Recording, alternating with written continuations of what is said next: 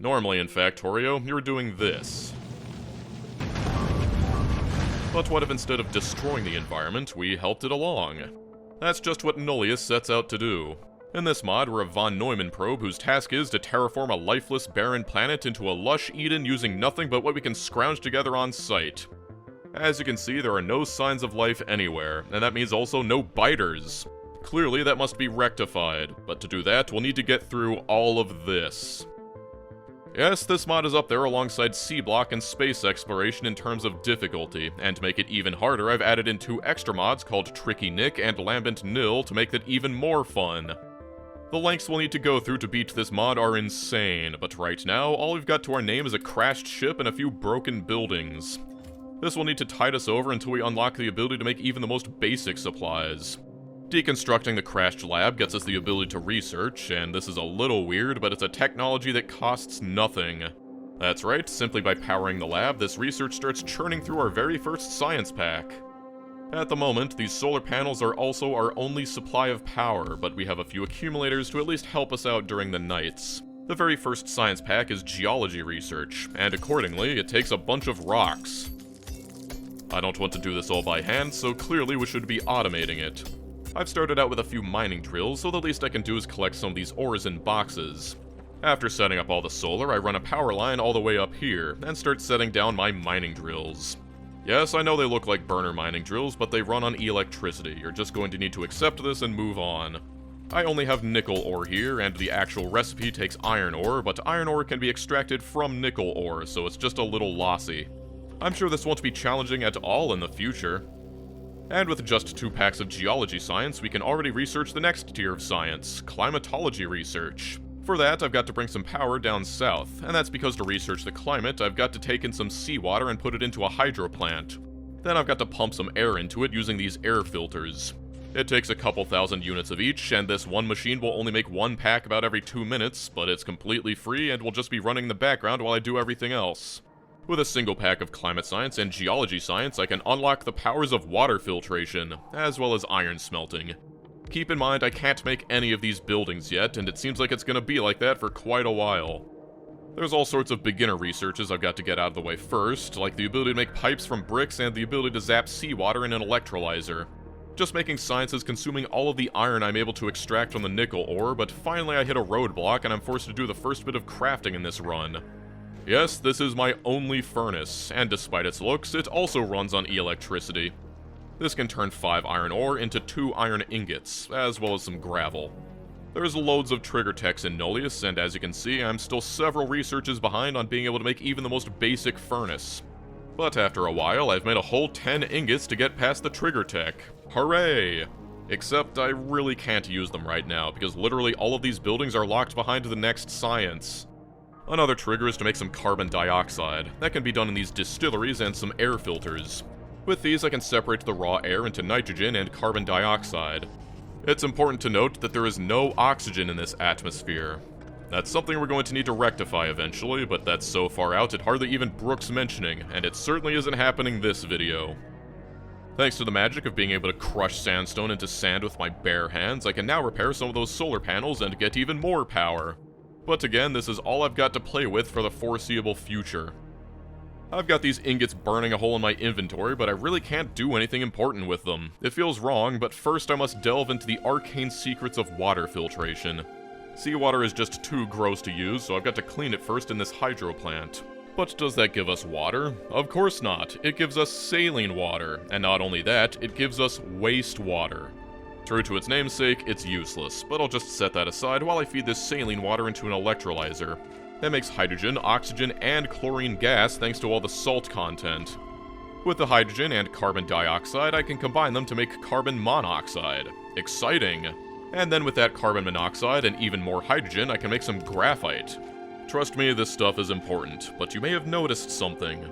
Yeah, all the byproducts.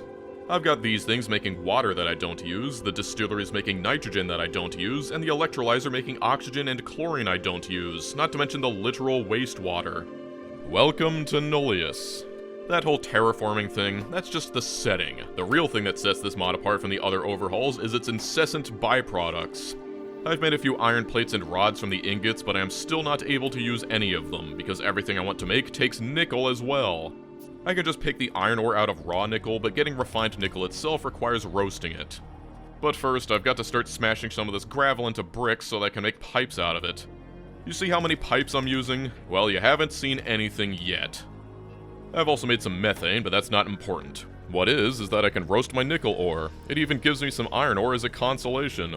And of course it gives me some wastewater, so that goes with the rest of it. This is still just ferronickel, however, but anyway, I can smelt it and make some fetching sheets and rods out of it. But will this finally allow me to make my own buildings and begin fully automating things?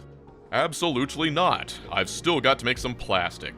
That's what that methane was for, because simply by mixing in some oxygen, I can turn that into ethylene.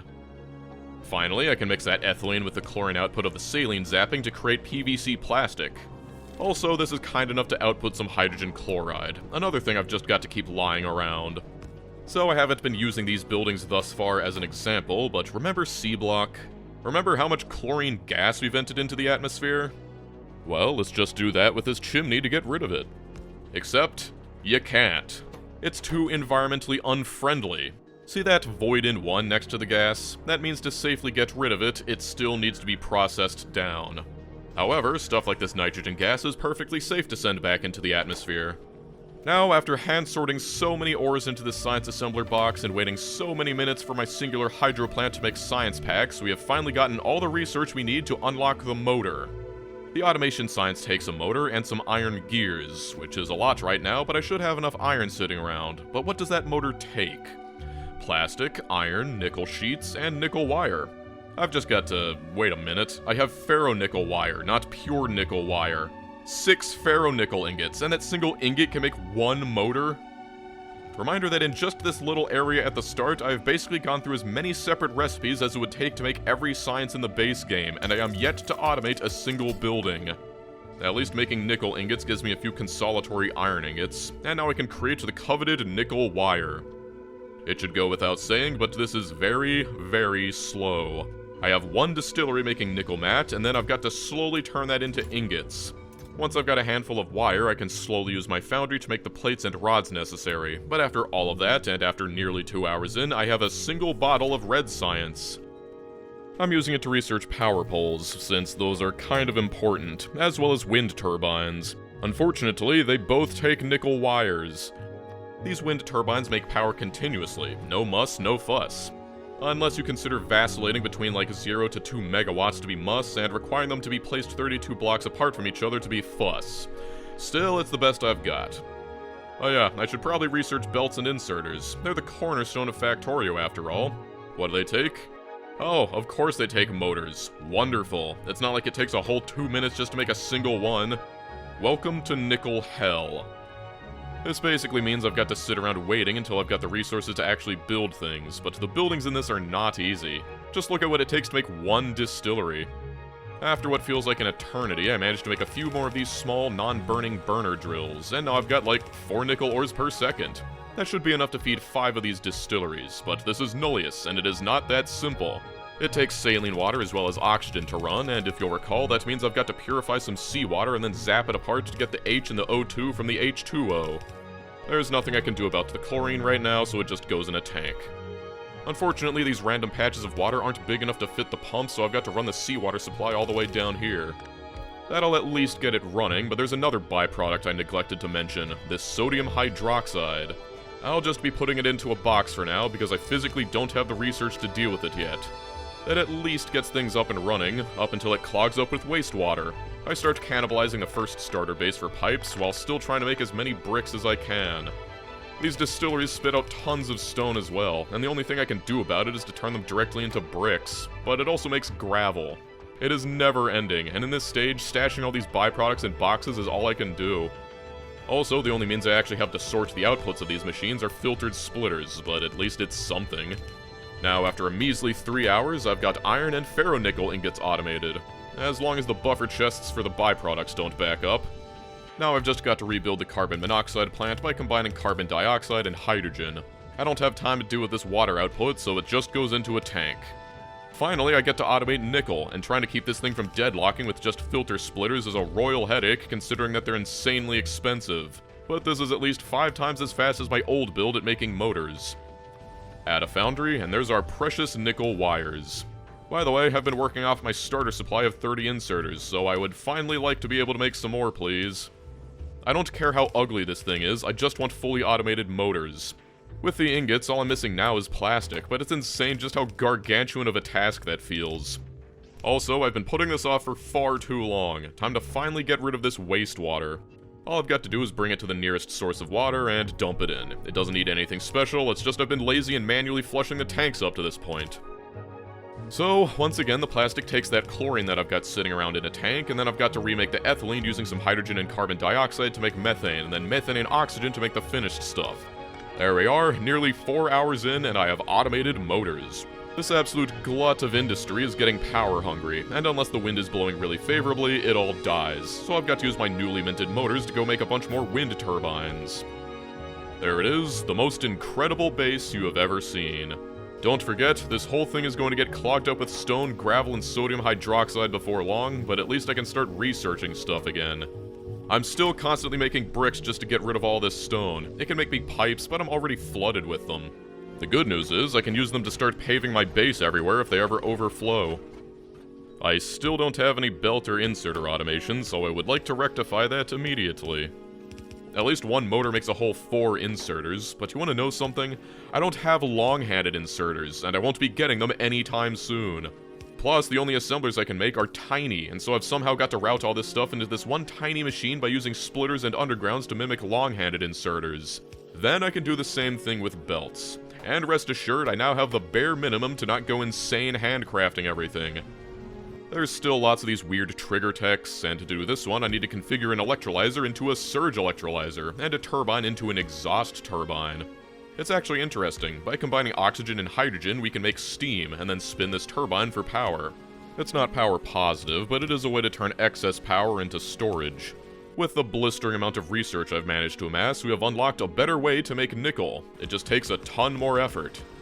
Still, this is the best thing I can do right now to speed up my base, because I would like to make more than just belts. After handcrafting a bunch more miners, I had to make all these crushers to break up the nickel ore. Of course, it spits out a ton of stone that we've got to deal with as well. The best thing I can do is, once again, turn them into bricks and store them in a chest. That leaves sorting out the crushed iron from the crushed nickel, and again, the only way I can do that is with filter splitters, but then those can go into a bunch of furnaces like normal. This is much more efficient than the other way of doing it, and all it takes is a little bit of graphite. It might seem like this is coal-feeding burner furnaces, but I assure you it is not. Also, I should mention that I actually streamed this run. It didn't change much, but it does mean that you can get my live reaction to realizing that I'd forgotten an entire step to making ferronickel ingots. I completely forgot the entire step. No! I'm stupid! Yeah, so you can just throw the crushed iron into a furnace, but not the crushed nickel. Also, this mod starts you with a few construction robots, and I finally remembered that they exist. So to actually make ferronickel, I need to roast the crushed nickel in these combustion chambers. There's no oxygen in this atmosphere, so I've got to supply the oxygen required to burn anything myself. I am so glad that 2.0 added the ability to flip fluid inputs, because otherwise this would have been really annoying. This is going to require some more dedicated oxygen and hydrogen, and it is still complicated. So I've got to take some seawater, filter it into saline water and wastewater, get rid of the wastewater, and then because I've gotten better at filtering it, put that saline water into a distillery to turn it into pure water and brine. Unlike saline water, zapping pure water gets you only oxygen and hydrogen, with no need to worry about the chlorine or sodium hydroxide. Feed that into the combustion chambers, and there we go. Also, sulfur dioxide is perfectly safe to vent into the atmosphere. I've got to get rid of this brine first, and that means making a giant pipe to an outfall, and the pipeline extents are brutal in this mod, so you'd better get used to needing to put pumps everywhere. But after all of that, I can now put that into some furnaces and make significantly more ingots than before, which I'll just use as soon as I fix my power. At least I've got a few motors sitting around to slam down some more windmills. Now we're back to automating things. I hope you're prepared for some spaghetti, because making any buildings in this mod is a nightmare. To make these tiny assemblers, I first need to make small chests, and then these fabrication tools which take all this stuff. My only saving grace is that the yellow undergrounds are longer than usual, so this kind of spaghetti is slightly easier. Then, purely so I can make underground pipes, I've got to make this singular miner on this sandstone patch so I can hook it up to this singular crusher to turn into sand, which still gives stone that I've just got to hold into a box, just to feed it into this one assembler. But with how many fluids we're using, these are absolutely invaluable. Also, you need underground pipes to make underground belts, so now I've got both. And considering they're my only way of sorting all the 50 billion byproducts that everything spits out, it's time to automate splitters. Then some power poles, and we are absolutely rolling in wealth. Also, my windmill farm grows. Keep in mind that these occasionally just die and there's nothing I can do about it. I could have 10,000 of these and there would still be times my entire base just goes offline, but they are my only source of power. However, if you'll recall, I can use excess power to zap water into hydrogen and oxygen and then use that as a sort of liquid battery by turning it into steam only when necessary. I'm using my recent glut of resources to set up this little thing. We're going to be filtering a lot of water in this mod, so best we get used to the process. Hydro plants and distilleries will get me some crystal clean water, and now these surge electrolyzers will only come online when we have excess power from the windmills. Just store the results in some tanks and hook those up into these backup turbines that only run when we're below power demand, and now we can smooth out those power fluctuations a bit. As you can see, they have already kicked online. So you know how I'm constantly throwing stuff into chests to keep things running? Well, that's not limited to the byproducts, because now that I've got all this iron and nickel, I've got to deal with both of them. It wasn't a problem when I was consuming both, but because it's impossible to make one without the other, this gets deadlocked too.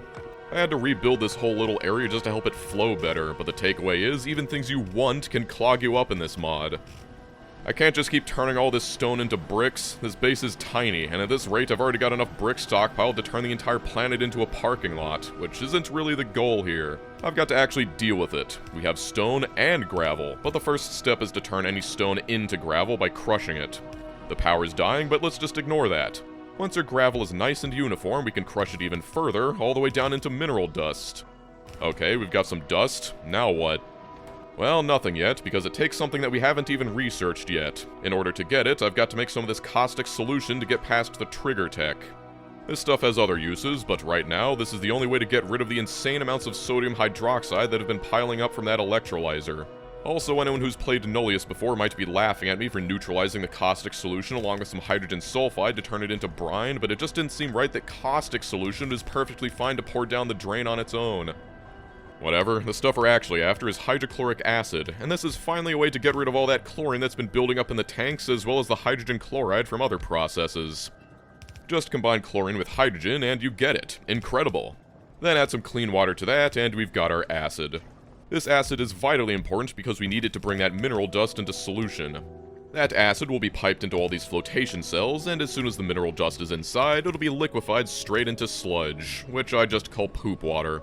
It also gives out some carbon dioxide, which is easy to vent. We're not done yet, though. That sludge is far too sludgy, and so we've got to cut it with some seawater in a water treatment plant so we can turn it into wastewater, and at this point you should know where wastewater goes. It goes into the sea.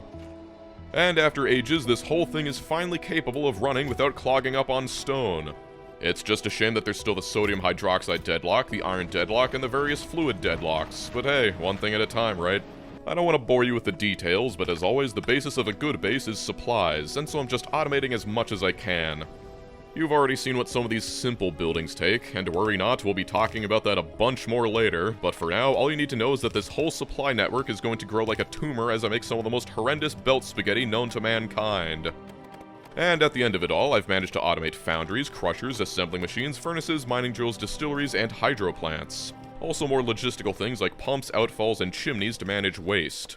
Just look at this baby run. You'd think a base this tiny wouldn't have these issues, but I've got to make even more hydrogen to support the single graphite plant since that's responsible for like 80% of the ingots now. This is like the starterest of starter bases, and yet it feels like I'm micromanaging its supply like an endgame C-block base. Still, it's time to give these automated buildings a test drive. Oh yeah, you know it's Nullius because we're starting out with the water.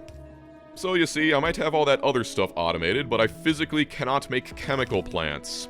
Yeah, I've just been dealing with the 4 or so that I could repair from the start, but if I want to make anything more than this, I'm gonna need plastic and graphite, which all take tons of chemical plants. The point of all of this is that I've got to make some glass, and we do that by mixing some sand with some saline water in these flotation cells. This is overkill on the miners, and you'll never believe it, but sandstone turns into sand. Except I'm an idiot and completely forgot the stone part of sandstone, so this whole setup wouldn't work. This would be way easier if I had filter inserters, but this horribly jank setup is the best I've got. That leaves me with stone, and where do we get rid of stone? All the way on the other side of the base. Yeah, you saw the process. It's such a pain that there's no way you'd want to build it on site every time, so massive belt it is. Okay, finally I can take this silica out and route it into the foundries. It seems too good to be true, but it is just one ingredient in and one product out. No fragments, no scale, just a clean pane of glass. That'll get me chem plants, but more importantly, lamps. I've got to make some petrochemicals now, and for that I'll need, that's right, even more water. I've learned hydrogen is always in demand, so I'm making 3 of these electrolyzers, but before I can finish that, I realize my shiny new gravel deletion system is struggling. So before, where I used to have too much chlorine, now I don't have nearly enough. What was once a waste product to be removed is now a pivotal part of my base, and the lack of it has brought it to a halt. This is quintessentially Nullius, and should set the tone for the entire run. It's a mod about endlessly chasing shortages and overflows of things. Okay, well, all this stuff takes some carbon dioxide as well, so I do some quick air filtering, but now I can start throwing around some chemical plants. I've got to make, like, methane, and then ethylene, and it's already getting a little out of control, but then some carbon monoxide. And of course I've got to vent excess hydrogen and oxygen, because obviously they're not used evenly.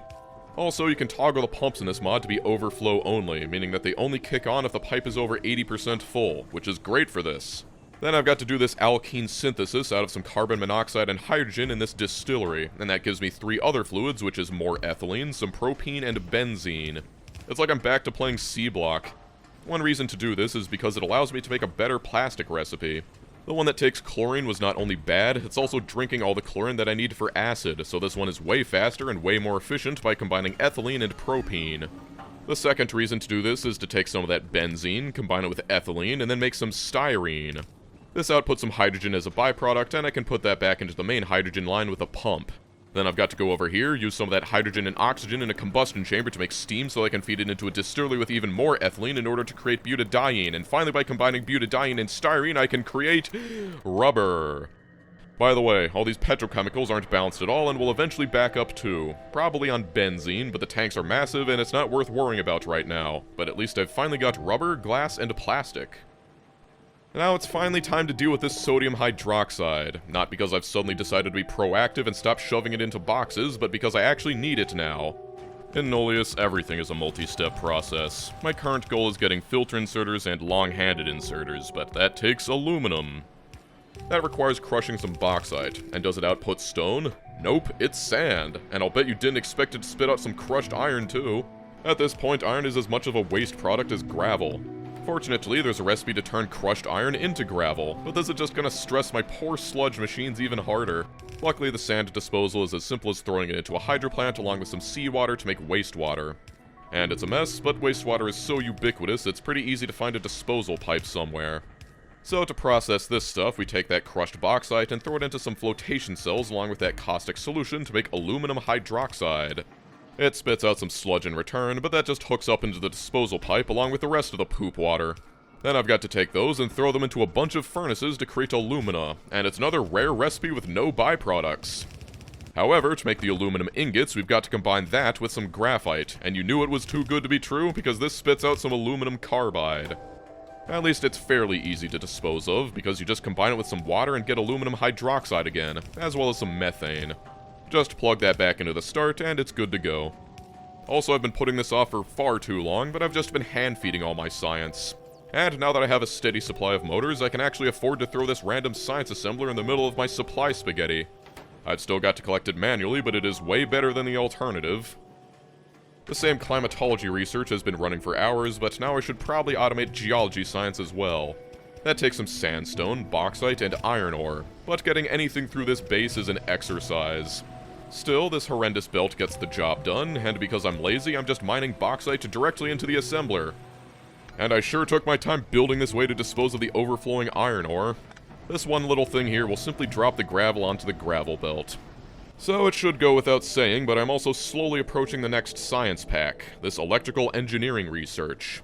Because of all these trigger text blocking me until I make a certain item, I can't just sit around and wait for research to complete. I've got to take even more graphite to set up some silicon ingots in these new furnaces next to the glass production. Then I've got to go down here and steal some more hydrogen chloride and bring it all the way up to chemical land because it's necessary to make polycrystalline silicon in this vacuum chamber. It takes some of the same silica that we use to make glass, and it's also the first time nitrogen is actually useful. What have we accomplished? I don't know, but I've finally unlocked long-handed inserters. We've done it, lads. Now excuse me while I scamper all the way down here to start mining this phosphorite. This is from the Lambent Nil add-on, and because we're still impoverished, it's time to run a belt all the way back to base. Alright, so with this here, I've got to crush it, and it makes more stone, but by throwing that into a furnace along with some graphite and sand, we'll get some phosphorus, as well as some free gravel for our efforts. Also, look at those long-handed inserters go. This stuff will be used eventually, just trust me. I'm not sure I can mention it enough, but forget all the chemicals and byproducts, the most convoluted part of this mod is making the buildings. That's why I'm making these random refractory bricks and crucibles out of some spare silica. It's purely so I can make a better furnace. The coveted Medium Furnace 1, which takes 2 Small Furnace 2s, which happen to take a Small Furnace 1. Yeah, it's one of those mods. Still, I've managed to slowly crawl towards the next science pack, which takes all this stuff I don't have yet. Okay, capacitors. This is a junk setup in an already junk base, but it takes graphite, plastic, alumina, and aluminum. In this mod, whenever you think something like alumina is just an intermediate product, some random process down the line will randomly ask for it. And just like everything else in this base, we solve that with a massive belt. I combine it with the aluminum ingots, and now that they're both here, I can process that into plates and then into sheets to make the capacitors. The next thing are the logic die, which are made in a vacuum chamber, and they finally use that polycrystalline silicon we set up.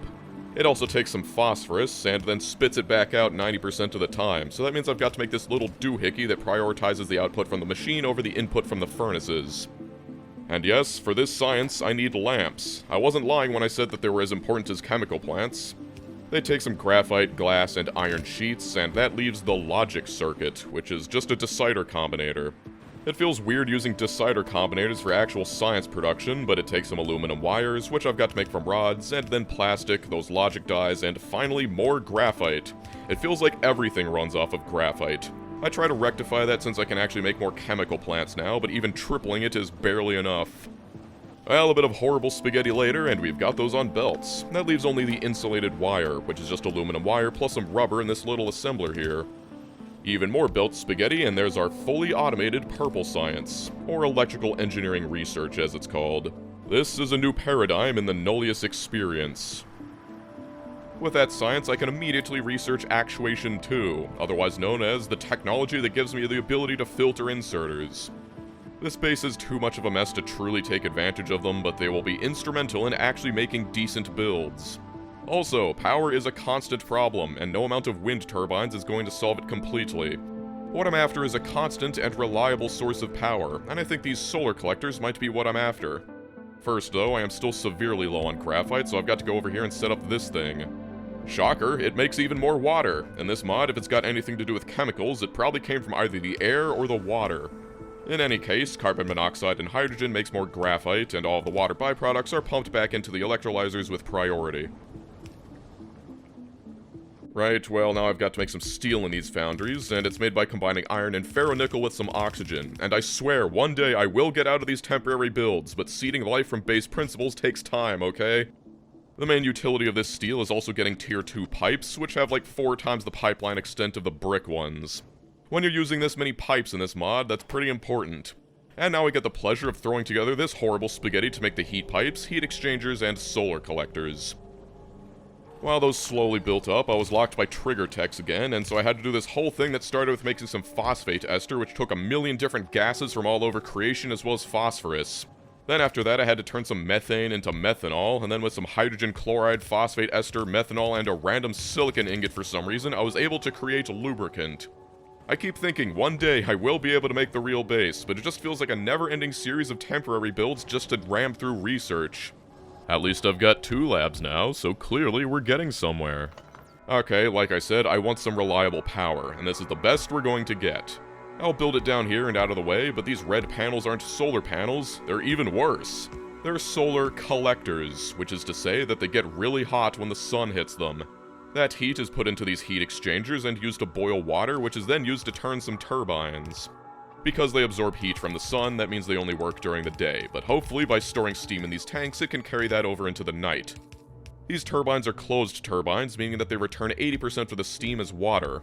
Cleaning water is a pain, so it's good to reuse it. You need quite a few of these collectors as well. They get a little bit of a neighbor bonus, but they basically average out about like 180 kilowatts each, which is, what's the word? Oh yeah, terrible. Also, this is a bit of an interesting thing, but these heat exchangers can boil dirty water. It's just you need to deal with the wastewater afterwards. So I've got this one up top making power from dirty seawater, and then as soon as the steam is recaptured from the first turbines, it can feed the other heat exchangers with clean water. The ratio for this is roughly 1 to 4. I've also got the ability to make a car. It's just the recipe is deranged and takes a cargo wagon, which takes some of that lubricant. And it takes some air, presumably for the tires, I guess. It drives by turning canisters of hydrogen and oxygen into water. I do want to expand eventually, and so it doesn't hurt to get a good lay of the land. Yep, definitely a whole lot of nothing. So you know how I made a big deal out of getting deadlocked with an overflow of iron ingots? Well, now I've got too many ferronickel ingots. The difference is you can't just delete nickel ore, so in order to deal with that, I've got to go all the way over here and set up a massive line of power poles and belts so I can access this iron mine. Yes, pure iron still exists, it's just that it's only needed when you suddenly require more iron than nickel, which seems to be the case the moment you start making steel. Well, hideously long belt down, and just like before, we want to crush it, which gives stone, which we turn to gravel and get rid of, and it's never easy doing stuff in this mod. At least now I have these medium furnace 2s that are a whole 4 times faster than the old furnaces. They make pretty quick work of that stuff, and now I've just got to hook this in with priority from the nickel furnaces so that they're only consumed when we're backed up on nickel. Seriously, nothing I can say can truly give the experience of these trigger techs. I'm locked behind cleaning out one of the canisters of water that my car spat out, and you'd think, just open it and let the water out, but no, it takes a barrel pump. And to make a barrel pump, I first got to powderize some iron in a crusher and turn that into iron oxide in a flotation cell. Then I've got to turn this nickel wire into nickel oxide, also I can turn it into the magnets needed to make the barrel pump. I think this base is reaching the limits of its usefulness. But hey, I got the trigger tech for uncorking a bottle of water. At this point, I'm becoming very interested in escaping this spaghetti nightmare that I've elected for myself, and using trains seemed like a natural conclusion. I said about automating them, but when I actually looked at the stats, I decided it really wasn't worth the effort, because these things are terrible. That's to say nothing of the fact that just to make the signals, I've got to go down a whole laundry list of items I don't have yet. Still, I've got to expand somehow. My final errand is adding a little more power, and so I built out more of these solar collectors, but even with them running, we are still far under demand. Power is definitely one of the biggest challenges in this mod, but at least now we have some power that's not up to the whims of the wind, so it's time to finally make a new base. What's that? No, of course it's not the real base. That last thing we just built, that was just the starter base. This is the real starter base. I've got these medium mining drills that'll help with getting all the ores, but as usual the first step is the raw materials. I want lots of space to build, so I've chosen this area, since it's also relatively close to the sea. I'm not going to go insane with it, but I do at least want a respectable level of production, so accommodating 30 iron ores per second seems like a start. That's 26 crushers, and now I've got to go down here and nab this nickel mine in the name of Nullius. I don't think I'll need as many of these, so I'll just stick with 13 crushers.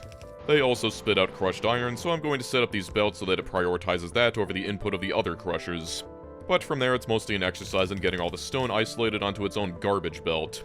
It's a little intimidating building all this stuff from scratch again, but at least I've got good practice. There can be no base without a robust waste removal system, and so just like before, I've got to crush all of that stone down into gravel, then crush all that gravel down into mineral dust. These two lanes can also accept stone and gravel from other sources, of which there will be many, but for now it's just these crushers. For these flotation cells, I have roughly calculated the amount of throughput that those crushers will output, and then I've added on a healthy margin on top of that, because who knows how many other processes will end up feeding into this. Have I mentioned how nice it is being able to mirror all the fluid inputs of all these buildings? The end result is 24 flotation cells ready to turn dust into sludge. Except they can't do anything without acid.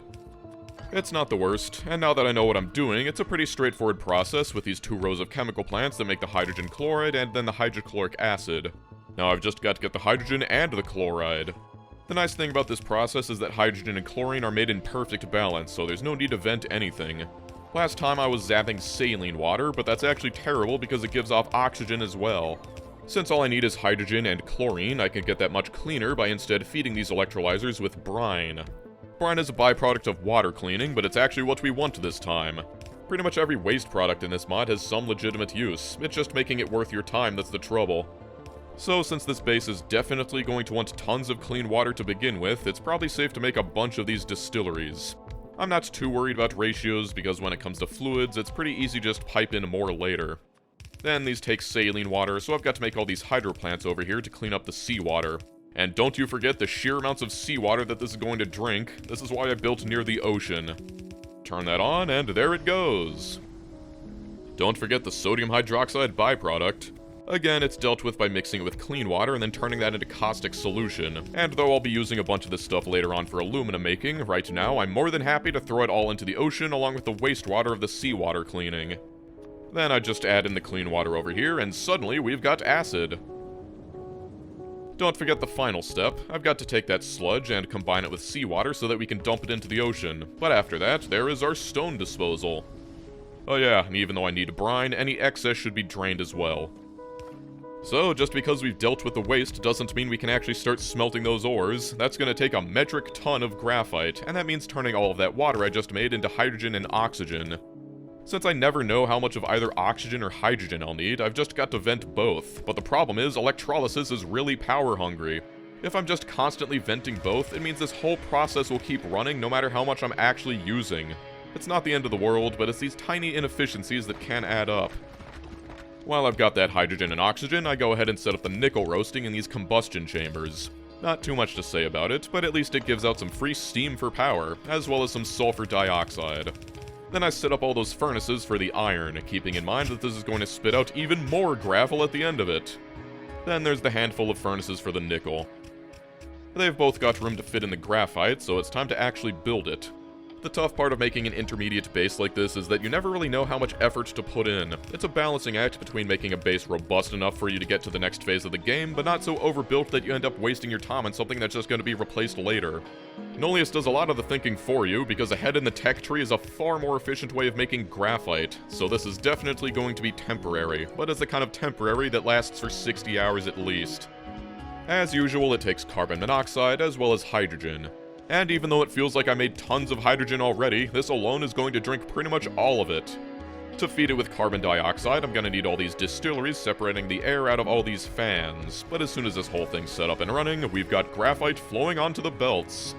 It's a whole lot of effort, but with this basic foundation, all of the extra stuff will slide right in. But first, a little upgrade to the awful heat blankets.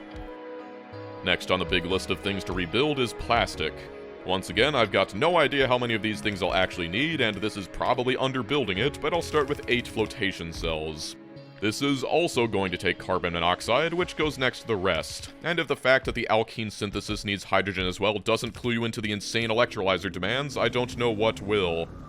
Just separate all that into tanks, and just like before, even though this makes ethylene, I've got to make some extra over here by making methane. It's almost the exact same recipe as carbon monoxide, but combine that with oxygen, and that's ethylene. I hook it up to a pump that only turns on if we're low on ethylene in the tank, because I don't want it to overflow. With the ethylene and propene set up, that's plastic. Now I need some rubber, and once again I've got to mix some ethylene with steam to make butadiene. It's small, but it spits out some hydrogen as a byproduct, so I might as well route that back in just to save myself just that little bit more.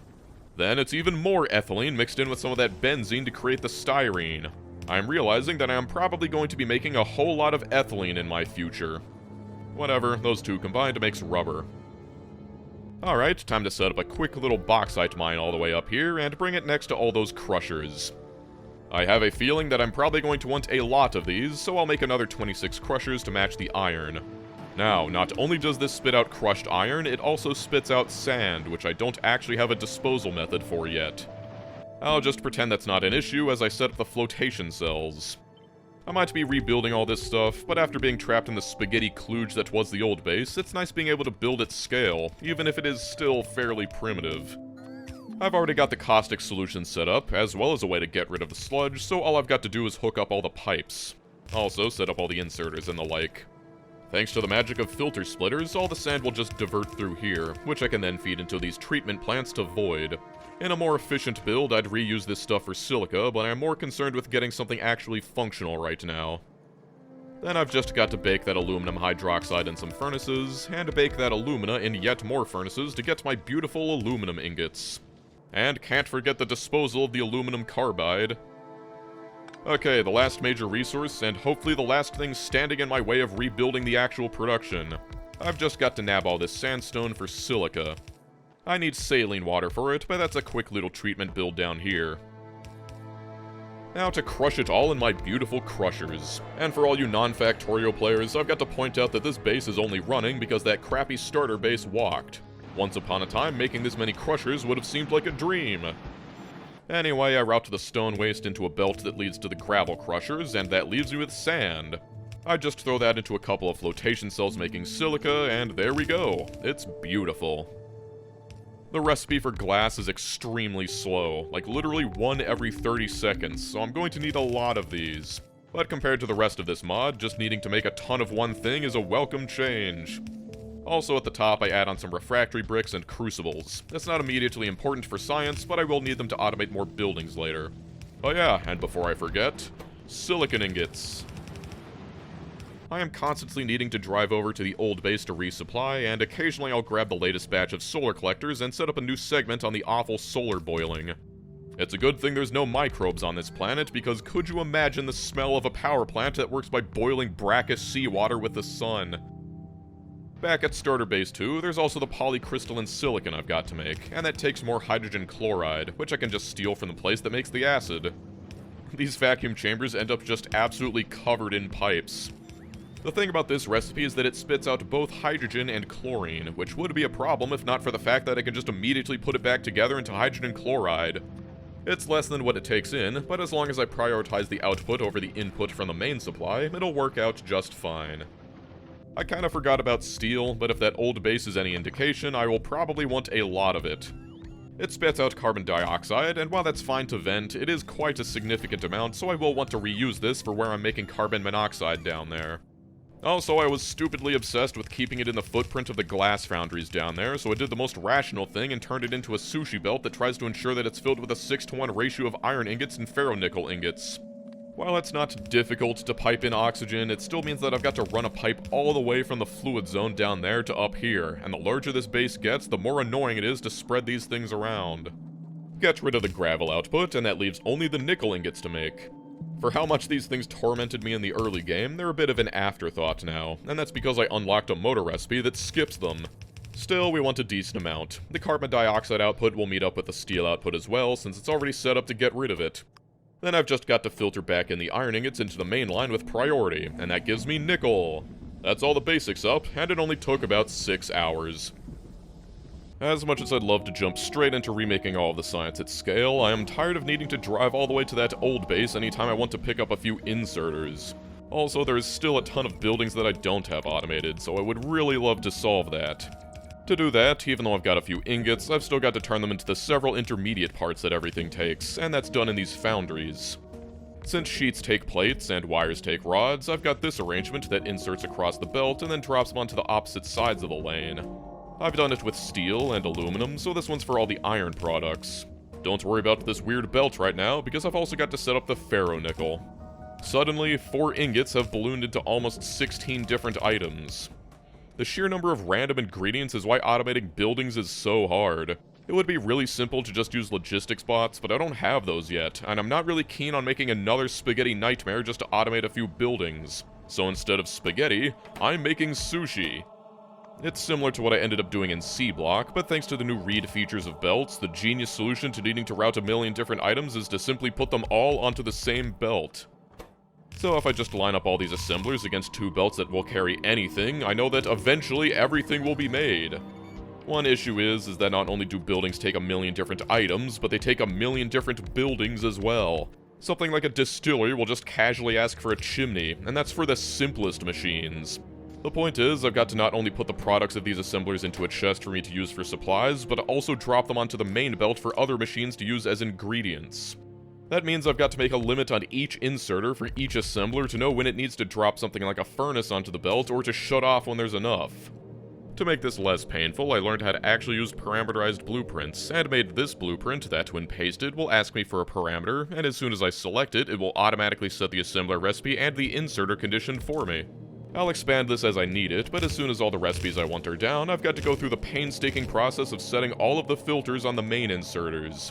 These will all feed from the bus and drop each item onto the belt as needed. It reads the contents of the belt, and each one will only drop off new items if there's not enough already on the sushi belt. It was like 2 hours of fiddling, but here is my magnificent sushi mall. There's still a ton of stuff it's missing, like lubricant, but it'll just keep going around and around until eventually things get made. It might look like a mess, and it might be horribly inefficient, but it is honestly much more convenient than trying to make each and every one of these buildings with conventional belts. Also, apparently assuming that I'd always be consuming the iron byproducts of nickel and bauxite crushing was wishful thinking, because it's getting backed up on iron ore and I've got to tack on an extra row of iron obliterators over here. That makes even more gravel, but it does afford me the opportunity to remember that I've got to make bricks somehow, and so I build this whole thing that makes a bunch of bricks and pipes and underground pipes, because they are used in a variety of recipes. Also, I am enjoying having an infinite supply of bricks to pave my base with. You don't get to feel this just by watching, but the power problems are constant, and it feels like no matter how much I expand this thing, it is still constantly going in the red whenever the turbines stop blowing. Obviously, that's just because it, sucks, but even with the theoretical output around 50 megawatts, this thing is still just dying constantly. I realized it had some pretty major problems with actually cycling all the water and steam it was creating in the pipes, but after dealing with that, it's only barely tolerable, and it's only going to get worse as my new base actually expands. Despite all this effort, the new base still isn't up to parity with the old one, and I totally forgot about it, but I've got to set up a mine for phosphorite, which requires a truly incredible belt. Once again, this is from an add-on mod, and if I didn't choose to make things even harder for myself, I could have skipped all of this, but that's the dosh difference. So I can grab the sand from the silica and mix it with an offshoot of my graphite belt to give me the stuff I'll need to make the phosphorus, but here's something I didn't show you. For some reason it's off by default, but it makes the game harder, so obviously I had to go for it, and now this stuff also gives out fluorine. I can't really do anything with it right now, so I'm just going to collect it all in a box. But just like a literal day ago, I've got to use this to make logic dyes.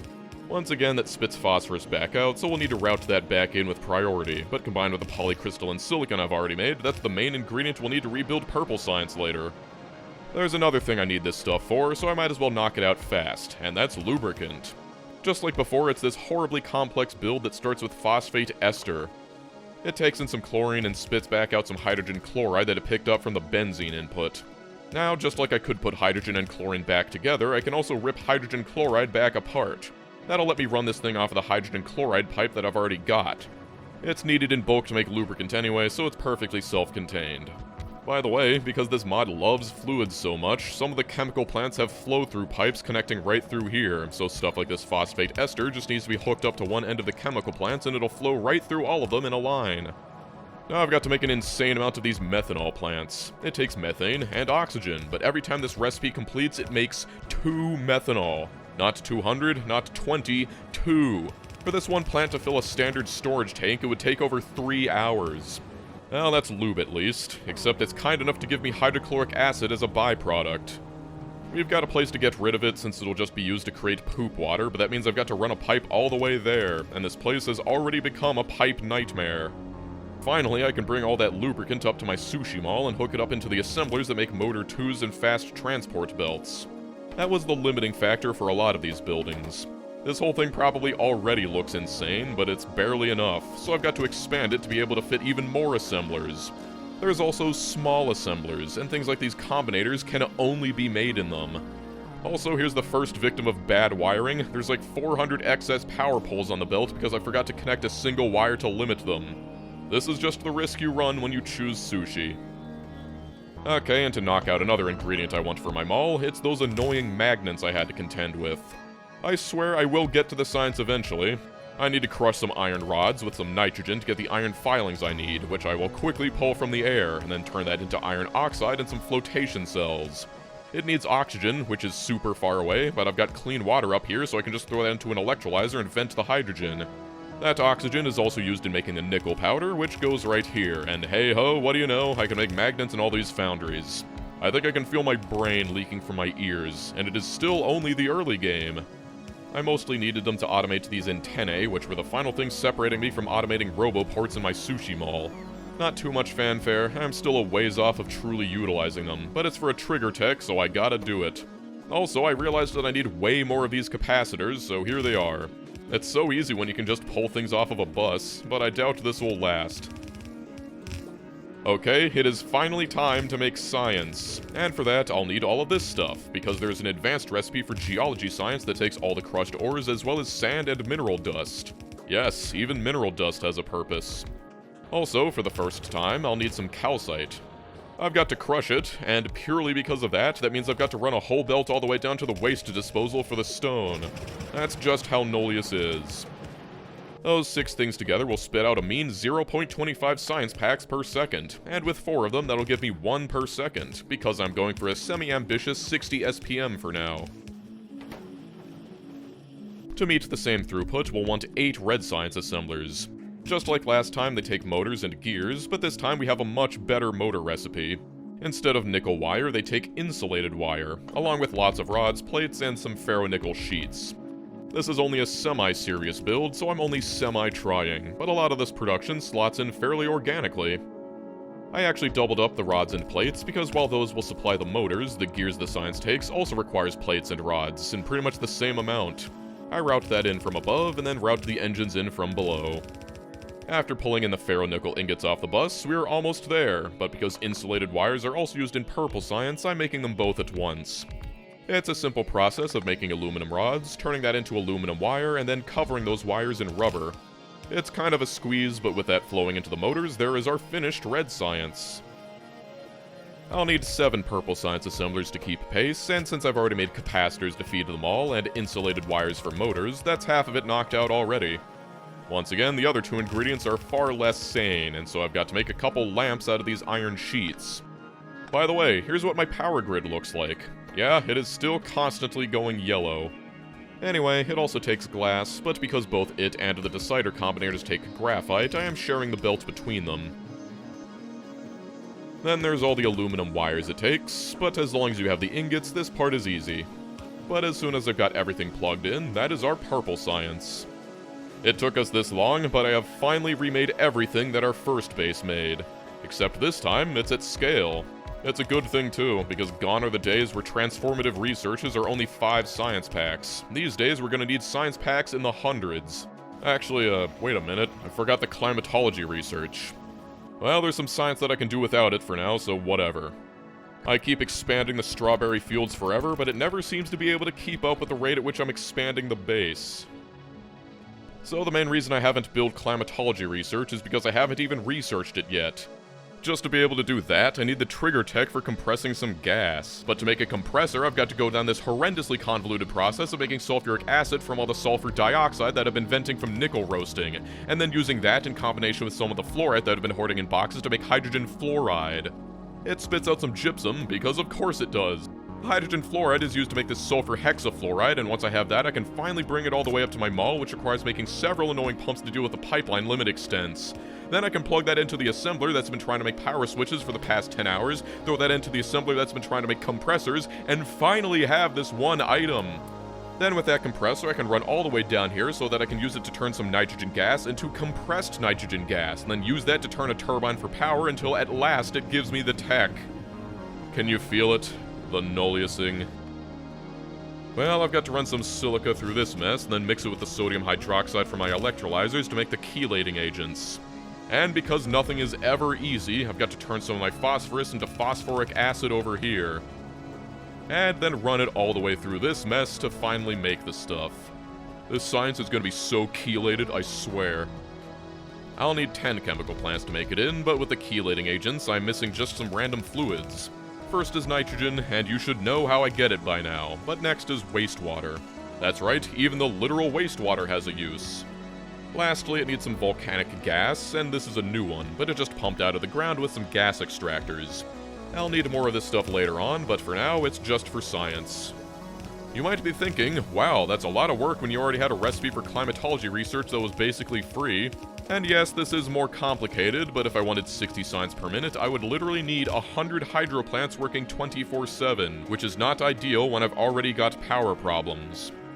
Anyway, that's all the sciences. Hooray!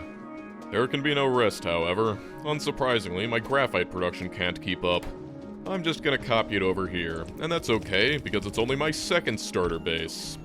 I'm gonna need a ton more hydrogen, but this is precisely why I made so much water when I was first setting it up. Can't forget all the carbon dioxide and carbon monoxide, but you've seen all this before, so here's the finished thing. So, this is still very much what I'd consider the early game. There's a ton of stuff I've got left to do, even just for this starter base. That's why I'm making concrete.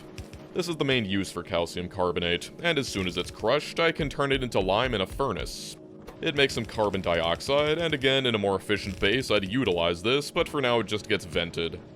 Next is the cement, which is made from silica and some aluminum hydroxide, along with that lime I just made. I don't have time to show where I'm grabbing half of this stuff anymore, so remembering what to use to this stuff is an exercise left for the viewer. As soon as I've got cement to make the concrete, I've got to grab some gravel, sand, and water to throw into these flotation cells. As much as I appreciate bricks, concrete is a lot faster to walk on, and it looks better too. More than that, I'll need this later. Because my power is so wonky, I decided it would be really nice if I had something to smooth it out. I did this for the trigger tech earlier, but now I'd like to actually compress nitrogen in bulk. This is basically the scaled up, more efficient version of what we did at the start, where we set these compressors to come online only when there's excess power, and then use that excess power to compress nitrogen into these tanks that can then drive a bunch of turbines. Also, these are backup turbines, so they only come online if we're under demand.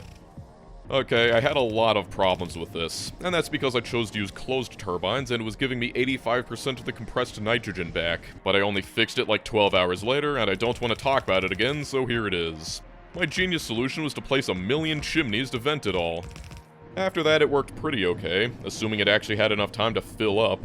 There is no silver bullet for power in this mod, but what will help a lot more are these wind turbine 2s. I had to make this mortar next to the concrete and bring it to my mall, and then expand it to fit even more assemblers. Also, these wind turbines can only be made in large assemblers, which are 4x4. Oh yeah, and then I had to make steel coils out of steel wires that take lubricant. If there is an item you want in Nullius, chances are there's at least 2 random intermediates that you've got to make just to get it.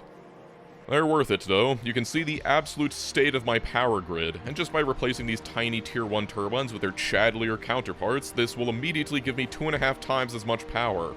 That is a major boon, and while it is still occasionally unreliable, it means my solar radiators now only need to handle the occasional slack, and I've got enough excess power to really build up a big nitrogen battery. Now on today's episode of things I didn't make nearly enough of, unsurprisingly, it's methane. Though this video is getting to the point where I can't just point out every little inefficiency I had to deal with. I mean, there's VODs of this run if you're really interested, but I've had to start skipping over a lot of minor stuff, like setting up combustion chambers to burn off any excess benzene or propane to keep the rubber from getting backed up. Like seriously, there is so much random stuff I've got to do. Because I have the audacity to actually want better buildings, I've got to make this refrigerant, which takes yet more ethylene as well as hydrogen fluoride. It does the thing where I've got to split the hydrogen chloride apart, but that gives me a trickle of refrigerant. I have no idea if this stuff is used in anything important, but right now it just goes into my mall to make these coolers. Each one takes a compressor, and each compressor takes a power switch, and each power switch, you get the idea. And now these are used to make tier 2 distilleries. And then those tier 2 distilleries are used to make tier 2 chemical plants. Is it setting in yet? Just in case it isn't, here's the entire tree of materials just to make one of these buildings, and it only gets worse and worse and worse. Regardless, all I can do is just keep adding more and more assemblers to my sushi belt. This thing works, but it is being stretched to its limit, and that's because the longer it needs to be to fit more assemblers, the less efficient it becomes due to how long it takes the items to go around the belt. Even though the sushi will eventually craft things, it is taking some of these assemblers upwards of an hour to fill a chest with the actual tier 2 buildings.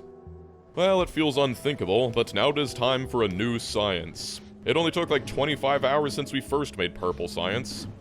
To start with, this stuff drinks ammonia, which is made from yet more hydrogen as well as nitrogen. It needs to be compressed hydrogen and nitrogen, which takes those compressors down there, but this should be enough to cover my 60 SPM target.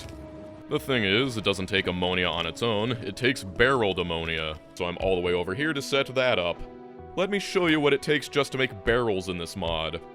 There's an advanced recipe that takes a small tank and a one-way valve, but it is still pain.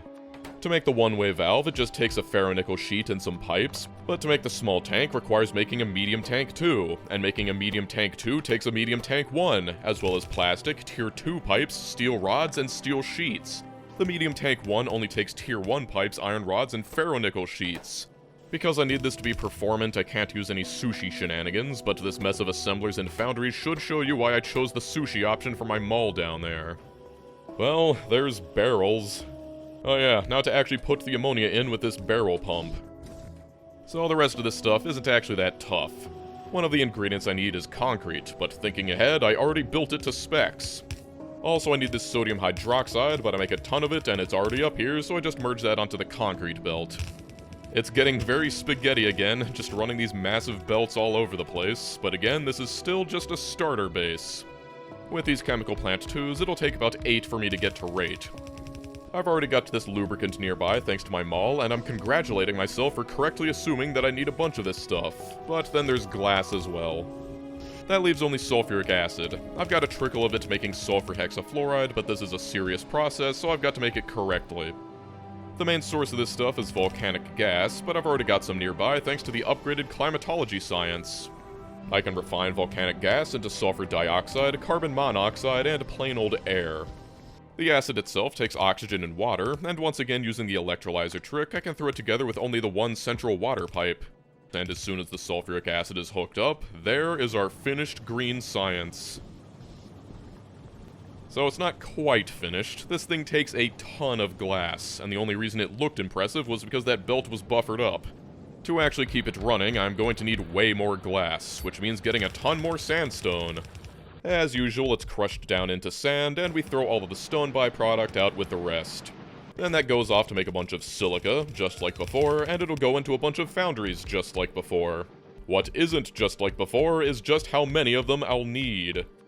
There's an advanced version of this recipe, but it's horrendously complicated, and I'm sure I'll need to contend with it later when I want to actually scale up, but for now, I am lazy. It is far easier for me to just make like 80 foundries all making glass. It might not be the most efficient use of my power, but it sure is a sight to behold. Believe it or not, this isn't even enough to meet the full demand, but combined with the existing glass build, it'll be barely enough to make the green science and purple science combined. Now I feel confident enough to hook it up into the labs.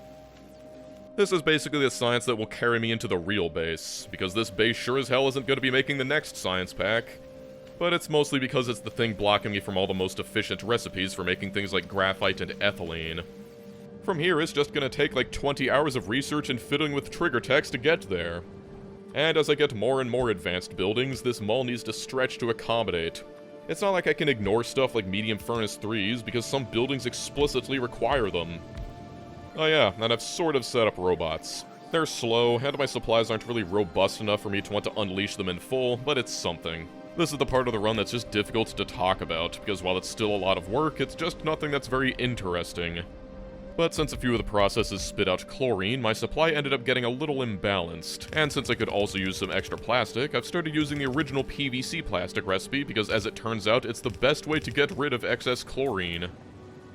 There's also this soda ash I've got to make, and it starts with making a bunch of sodium sulfate, but again, this is just for a trigger tech and there's no actual use for it right now. Like, I'm sure in 8 hours I'll be glad I have this randomly sitting around, but it makes this part of the run very lackluster. It's a similar story for the ceramic powder I'm making, starting with boron and boric acid. There's no new science that we can reasonably unlock with this base, but even so, I don't feel like I have the tools to meaningfully scale up quite yet. And that's because, again, while I have the science to theoretically research all the best recipes, it is still locked behind dozens of trigger techs. So even though I would love to build this for real, I can't actually do that until I have a real base, and that means I'm stuck making these tiny little kludge builds just to eke it out. It results in a weird game loop that basically guarantees that this is what the next 40 hours of my life will look like. Well, for goals, I guess there's batteries. They're locking out everything at the moment, but wrangling fluid land is getting tough. Anyway, I'm locked out of these by the carbon fiber, which takes solvent and epoxy. The solvent itself takes methanol and carbon monoxide, which I can steal from the lubricant build and the graphite build respectively. It also takes oxygen, but I vent like 90% of that stuff, so it's basically free. I also need this acrylonitrile, and it takes some propene, some oxygen, and some ammonia. I can just copy the pipes from the previous build, and even though I've got ammonia already, it makes exactly enough for the science, and it's across the whole base, so I'm making more. Okay, now I've just got to move all this stuff all the way to the opposite corner of the base. As I'm cutting through them all, I've got to say, there is a reason I want to upgrade to trains someday. I've pretty much given up making this base look good, and so acrylic fiber goes up here. It just takes a bit of water and that acrylonitrile. I've actually forgotten a very weird step for this, but you know how I've been filtering the air for carbon dioxide and nitrogen?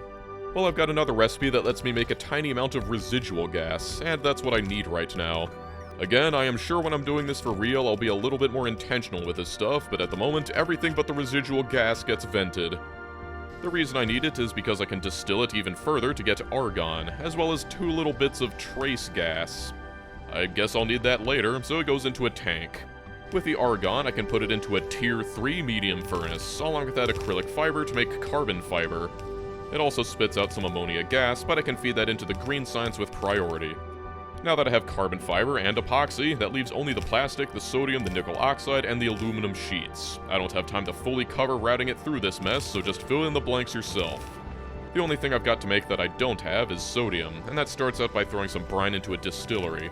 That makes salt, which is famously sodium chloride, and when I noticed that it makes the nearly unavoidable chlorine to separate the sodium, I realized that there was a much better recipe that took sodium hydroxide and just some oxygen and water. So let's just pretend that that never happened. Oh god, well, there's batteries, and another trigger tech down. So because I love concrete so much, and because it is technically used in science, I am building better cement. Then I can use that to make better concrete. With these unlocks, you can see why a lot of this mod necessitates these temporary builds. Refined concrete requires steel wires, which I can make now with some lube, as well as these textiles, which I can make from acrylic fiber. And hey, finally a use for that sodium sulfate. It'll be good to have a big stockpile of refined concrete for when I make the real base. With the pipe overlays, you can really see just how much of a mess this place has become. Anyway, I've got to make epoxy for a very special reason. It starts with BPA, which takes propene, benzene, and oxygen. Unlike most corporations, we won't be throwing this stuff into the ocean, but will instead be using it as the basis for the epoxy. It also takes some solvent, which I've already got, as well as some ECH, or ICH as I prefer to call it. That takes some ethylene, chlorine, as well as caustic solution. I had the first 2 right next door, but getting the third one here was a pain. If only there was some universal way to transport fluids long distances. Oh well, there's some epoxy. Now for the customary, extremely long pipe. What was this stuff for? Well, I won't bore you with the details because it took like 2 hours of assembling random garbage, but now I have colored concrete. This is obviously essential for my base.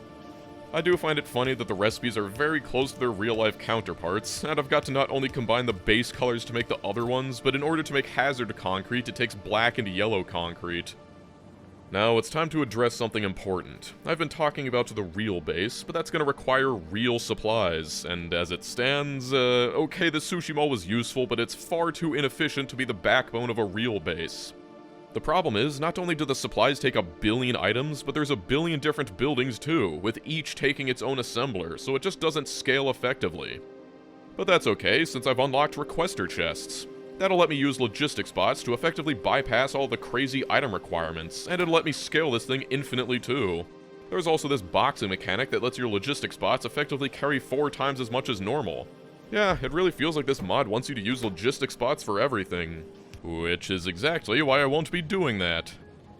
What? You knew I was a contrarian. The question is, how? Well, let me introduce you to the Master Chef. So you see, the problem with the old sushi design was that every item, no matter how insignificant, needed its own assembler, and that quickly gets out of hand. What I need would be some kind of smart sushi that only builds items as they're needed, which is exactly what I've built. So it starts over here at the chests, and if we're under a certain limit of an item we want, it'll send all of the recipes required to make that item to the central computer. It works off of a clock that resets every few minutes, and every time it resets, it sends those recipe requests in for one frame. Those are sorted to either the large assemblers or the medium assemblers and then loaded into a memory cell. The memory cell feeds into a selector combinator that takes a random selection of the recipe requests, which ensures that even if I'm requesting way more recipes than I have assemblers to fulfill, it won't get deadlocked. That's then loaded into another memory cell, which holds that data before starting another clock that loads it into yet another memory cell using time division multiplexing. Each assembler has its own memory cell that will contain one recipe, and that's hooked up to each assembler with a set recipe option. After a few minutes, the memory cells will reset, and it starts anew. An ingenious property that I added was if I have one request that's requested multiple times, it's also able to dynamically assign multiple assemblers for high priority items. Now I've just got to paste it in-game. My supplies are so awful that the several hundred inserters and few thousand belts that this thing takes will take quite some time to build, but that is exactly why we're doing this upgrade. That will give me plenty of time to figure out the supplies, of which there will be many. I'm doing the same thing as before, but I feel like you still don't fully appreciate the sheer scale of the random garbage I've got to make. These 8 belts of all the ingots and their byproducts are nothing, but this should be enough production to handle whatever the Master Chef demands. Actually setting the recipes is a nightmare, and this should really hit home just how much stuff I've got to make for each of these tier 2 buildings, and there is still a whole tier left. I considered making a system that uses selector combinators to recursively search through every item by setting a recipe in an assembler, reading its ingredients, and then using those to set the recipe in another assembler that reads those ingredients, but I realized that building that would have taken more time than just setting them manually, so I relented. But now it's time for the moment you've all been waiting for. Finally turning this baby on.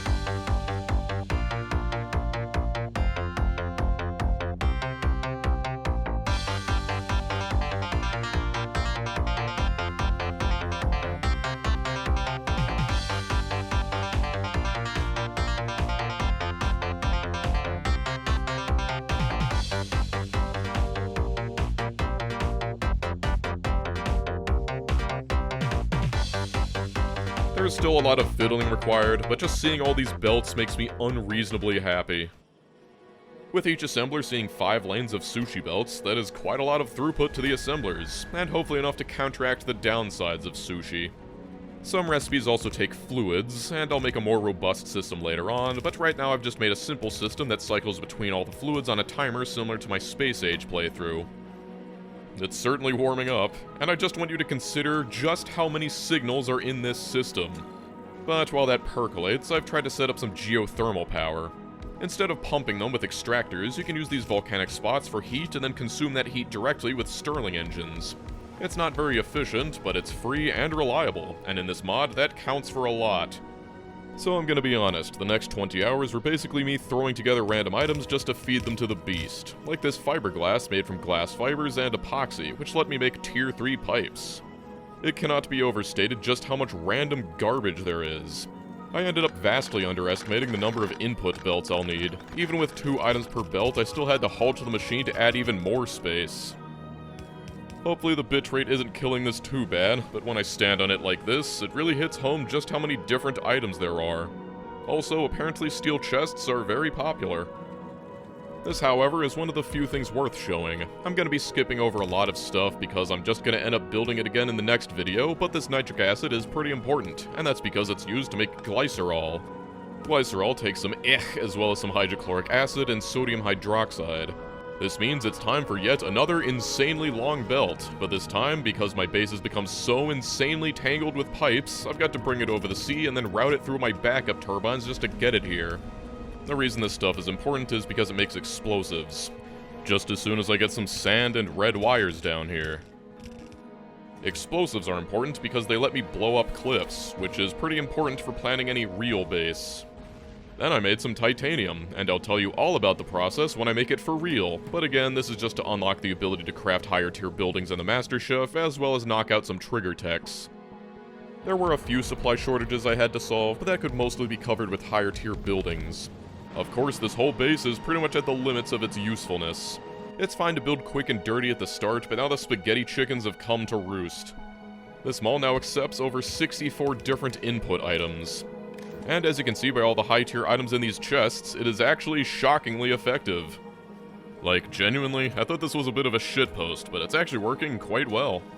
Of course, there's lots of times I'll end up forgetting a single recipe when setting up the combinators, but it's great.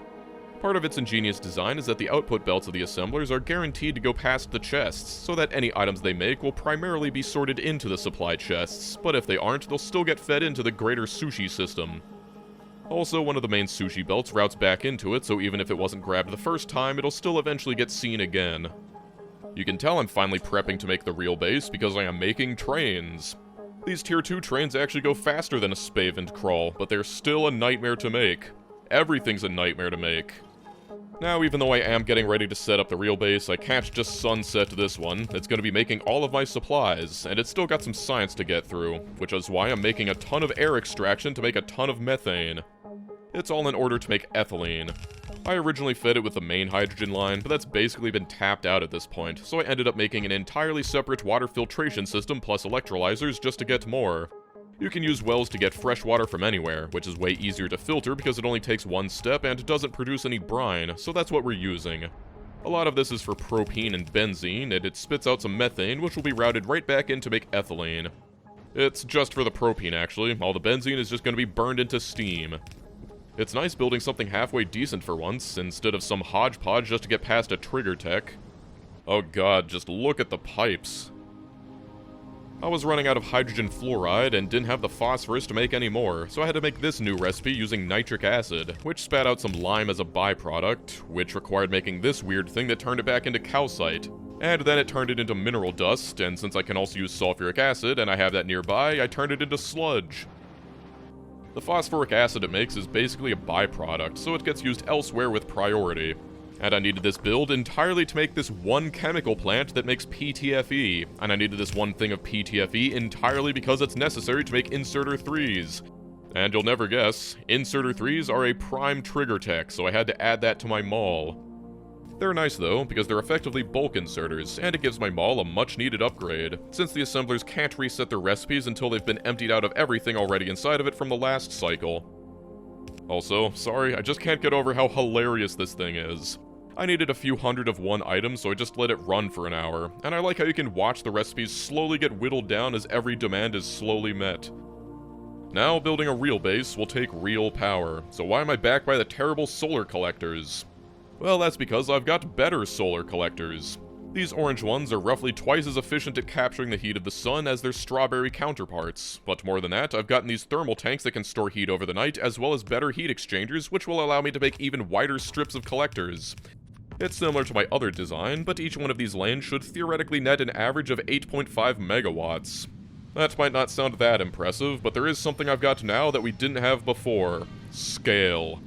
With roboports and construction robots, all I've got to do is expand my logistics network all the way to my new sushi mall, paste the blueprints, and then kick back and relax. I don't think you truly grasp the importance of this. This is the first time I've had a robust enough supply network to truly unlock the infinite expandability to allow a true base. With all my high-tier buildings fully and reliably automated, this is the first harbinger of what's to come. Of course, I've got to supply all the boilers with water, but as soon as this thing's up and running, that'll be 200 megawatts of reliable power. I mean, it's not going to be enough for the endgame, but the important thing is, in only a few hours, my mall will have refilled all of the supply chests, and I can just paste another one of these things if I'm low on power. That is the power we've finally got in our hands. Also, I have finally gotten the long-awaited sequel to Car. It's Car 2, and it's actually fast enough to make getting around this base sub-agonizing. It takes fuel to drive, but I had to solve that anyway. This takes methanol and benzene to create methanol canisters that can be used as fuel. It's all the way out here because this thing will also be my fueling station for my future train network, and soon many trains will be coming by to fill themselves up with fuel. They'll also drop off any empty canisters so they can be refilled. You have no idea how good this feels. Nearly 70 hours in, and I have finally unlocked the ability to casually build a rail network. It's finally happening, the preparation for the real base. But first, the mines hooked up to my current base have almost run dry, so I ended up needing to hook up a bunch of new ones with belts just to keep it running. But with rails, this kind of expansion will be much easier, and why you want to build these kinds of bases from the ground up. On that note, any real base first starts with the raw resources. These large mining drills are actually quite powerful and have very large mining areas, so I don't need to plaster the whole patch with them. Just this should be enough, for now at least. This is the first of many trains, and now we get to explain one of the best features of 2.0. Now I can use interrupts to make it so that these trains can all go to the one central fuel stop only when they're low on fuel. Oh yeah, and with these explosives, I finally have a gun! Before we finish up the mines, why not give the Master Chef a little upgrade? This is how you know we're rolling in supplies. With blue belts, it'll be way more efficient. The distance from the assemblers to where the resources actually come in from is the main source of inefficiency, so the faster the items move, the better. Also, I should mention one issue with this. There's no small assemblers. They were annoying because they were too small to reach all 6 belt lanes, and I figured I could just make all the small assembler exclusive items outside. But as it turns out, I forgot that the robot frames can only be made in small assemblers, which is really annoying. I'll need to retrofit that later, but right now I want to actually make progress. Now to finish up all the mines. This one's for iron, and I just love watching it flow. It's a shame it's gonna be probably like 20 hours before I've rebuilt enough of the new base to use it. Ah well, moving on, I've got to get sandstone. It's just like all the others, so there it is, up and working. But next door is also nickel, which I've got to get as well. Since this patch is tiny, I actually cram the miners together to maximize throughput. But after that, it's up to the calcite mine up north. There, that's almost all the base resources on trains. Except, of course, this volcanic gas over here, and who knows how long it'll be before I get to use this stuff, but let's just be happy that when I need it, it'll be one train station away. Now, I've just got to think up the entire design of an extremely complicated base from the ground up. I'll be honest, usually you don't get to see this part, but it takes a lot of effort to think up something like my C-block base, and not even my thinking train could help me here. In the C-block base, what really helped was having the sludge stacks as a central figure to design everything else around, so in a desperate effort to feel like I was getting somewhere, I wanted to build something at scale. It should be something that we always need, and that's methane, but it starts with lots and lots of water cleaning. Yes, 30 hydro plants. That's the kind of scale I want, and that's because I'm going to be making an unbelievable amount of hydrogen. All of this water will be zapped into hydrogen and oxygen, and we're dealing with scales here where the 6,000 units per second limitation on the pipes is actually a limiting factor, and so I've got to run multiple pipes just to keep it all flowing.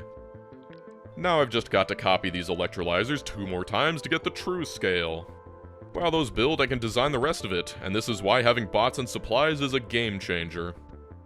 Obviously, I'm going to need a ton of carbon dioxide as well, and that means pulling a ton of air into pipes and feeding it into a ton of distilleries. Oh boy, I sure love copying and pasting things. Then it is simply a matter of making the methane in all of these chemical plants. I'm pretty sure I've already mentioned how amazing being able to mirror designs is, but I am mentioning it again, because with just this mess of pipes, I can handle both inputs and both outputs without any wasted space. I realize I probably should have left space for beacons, but I was just overly excited about being able to finally build freely for once. And that, my friends, is the first glimpse of the real base. Let's just ignore that this thing draws nearly as much power as that whole upgrade to the solar collectors. Electrolyzers are just outrageously expensive. Anyway, I've only put off figuring out how to do the trains, but you want to know something fun? Before the 2.0 version of this game, rails were different, and most people don't know this, but legacy rails are still in the game. More than that, you can still build them with a pre-existing blueprint, and they actually turn tighter than modern rails. They're a whole 2 blocks shorter, and the real kicker is you can mix legacy and modern rails. So if someone were to theoretically mix the two in their train station design, they would save a whole 4 tiles of width. That's how I ended up with this cursed design. You know how much I love compactness and cursedness, so this was perfect for me. It's a similar but more sophisticated system than the one that I used in C-Block. But the important thing is that I can make these with as many train stations as I want, and it still stacks in the same general footprint. It's perfect, and just the thing I was looking for to design my base around. I've also made these junctions, and though I usually hate roundabouts, when combined with this elevated bypass, I think it'll be enough to keep my rail network from getting too clogged up. If I'm going to be using one-to-one pusher trains, there's definitely going to be a lot of traffic. And there you have it, the genesis of the real base.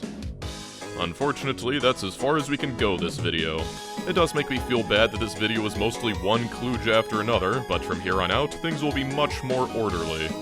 Unlike C-Block, I don't actually need millions of science to win, but we're going to be building big regardless.